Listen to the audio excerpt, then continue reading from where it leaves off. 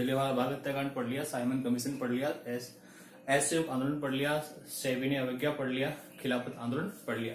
अंतिम आंदोलन है जो चला भारत छोड़ो आंदोलन। इस भारत छोड़ो आंदोलन की बात करें तो हम ये भारत छोड़ो आंदोलन 1942 में प्रारंभ हुआ। सबसे पहले हम इसकी भूमिका की बात कर लें।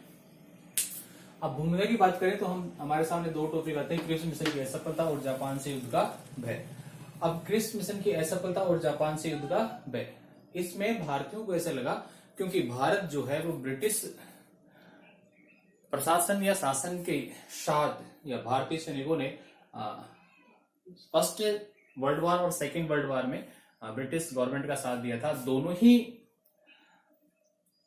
जो वर्ल्ड वॉर हुए, जो फर्स्ट वर्ल्ड वॉर 1914 से लेकर 1918 तक और दूसरा वर्ल्ड वॉर जो था 1939 से लेकर 1945 तक, इन दोनों ही वर्ल्ड वॉर में भारत को आर्थिक रूप से काफी नुकसान पहुंचा था। और इस आर्थिक जो नुकसान हुआ उसकी भरपाई करने के लिए, उसकी पूर्ति करने के लिए ब्रिटिश गवर्नमेंट ने हम भारतीयों पर कई प्रकार के टैक्स लगाए, लगान वसूल किए, ऊंची कीमतों पर वस्तुएं बेचना प्रारंभ की। तो इससे परेशान होकर अंततः उन्होंने फैसला लिया कि क्यों नहीं हम इन लोगों को हमारे देश से ही बाहर निकाल दें। फिर उन्होंने ये वाला आंदोलन प्रारंभ किया। इसकी साथ में ये भी था कि जापान से युद्ध अगर होता है तो इससे हमारे देश को काफी नुकसान होने वाला है। हमारे जो संसाधन है, हमारे जो भूमि है, हमारे जो संसाधन जो हमारे लिए बहुत उपयोगी हो सकते हैं आने वाले समय में, उनको काफी नुकसान हो सकता है। तो इन सभी बातों को मद्देनजर रखते हुए 14 जुलाई 1942 में एक बैठक आयोजित की कांग्रेस कमेटी की। कांग्रेस कमेटी की बैठक आयोजित की कहां की गई? वर्धा में। कहां की गई? वर्धा में कांग्रेस कमेटी की बैठक आयोजित की गई 14 जुलाई 1942 को। अब 14 जुलाई 1942 को इसकी बैठक आयोजित की तो इस बैठक में यह प्रस्ताव लिया गया कि अब हमें जो आंदोलन चलाना है वो कौन सा चलाना है? भारत छोड़ो आंदोलन चलाना है।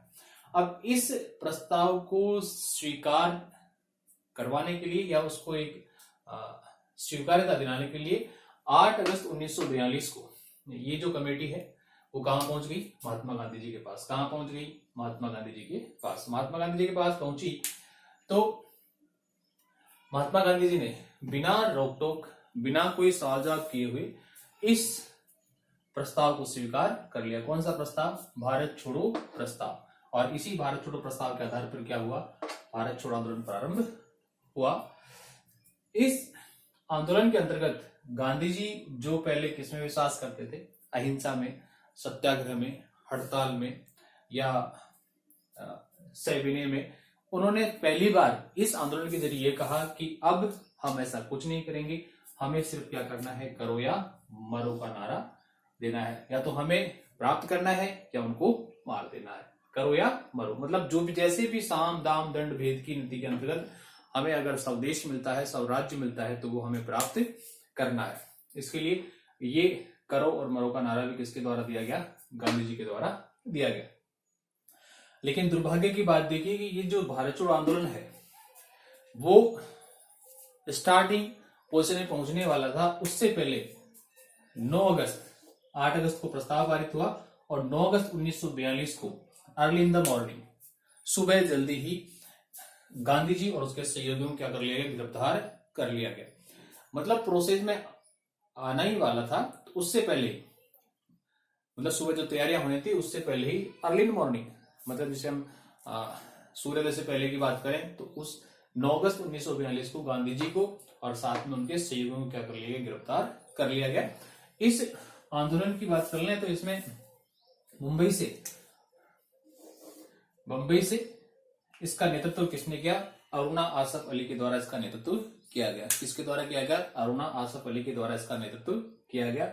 और इस आंदोलन के दौरान लगभग माना जाता है कि 10,000 लोगों की क्या हुई थी? मौत हुई थी। लेकिन ये जो भारत छोड़ो आंदोलन है वो एक तरह से ब्रिटिश गवर्नमेंट के लिए अंतिम कील साबित हुआ, क्योंकि इसके बाद में ब्रिटिश गवर्नमेंट ने सोचना प्रारंभ कर दिया था कि अब हमें भारत को क्या करना पड़ेगा? स्वतंत्र करना ही पड़ेगा।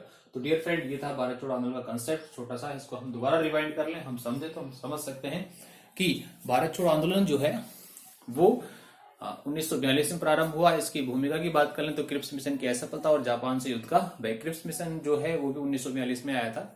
जापान से युद्ध का भय इसलिए हुआ क्योंकि भारत इससे पहले 2 बार विश्व युद्ध लड़ चुका था और इन विश्व युद्धों के दौरान भारत ने काफी आर्थिक नुकसान उठाया था और उस आर्थिक नुकसान की भरपाई ब्रिटिश गवर्नमेंट किनसे करती थी?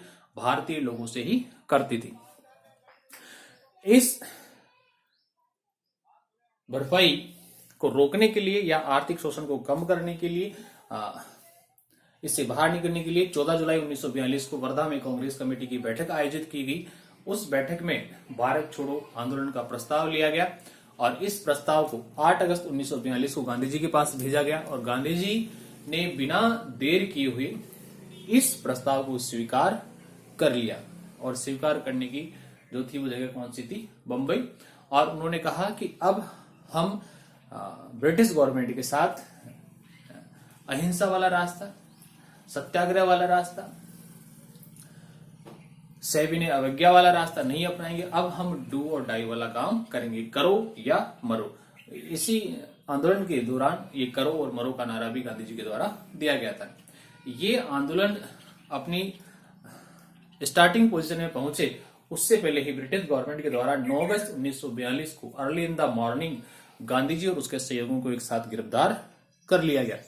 यह आंदोलन चला लेकिन इसको वो सफलता नहीं मिल पाई। बंबई में इसका नेतृत्व अरुणा आसफ अली के द्वारा किया गया और इस आंदोलन में माना जाता है कि कम से कम 10,000 से अधिक लोगों की क्या हो गई थी? मौत हो गई थी। फिर भी इस आंदोलन ने ब्रिटिश गवर्नमेंट को हिलाकर रख दिया था, या मैं कहूं कि एक तरह से ये अंतिम कील साबित हुआ। और इसके बाद में ब्रिटिश गवर्नमेंट ने सोचना प्रारंभ कर दिया कि अब हमें भारत को आजाद करना ही पड़ेगा, उनको स्वतंत्रता देनी पड़ेगी। तो डियर फ्रेंड, अगर अच्छा लगे तो आप लाइक करें, शेयर करें, चैनल को सब्सक्राइब करें। जय हिंद, जय भारत।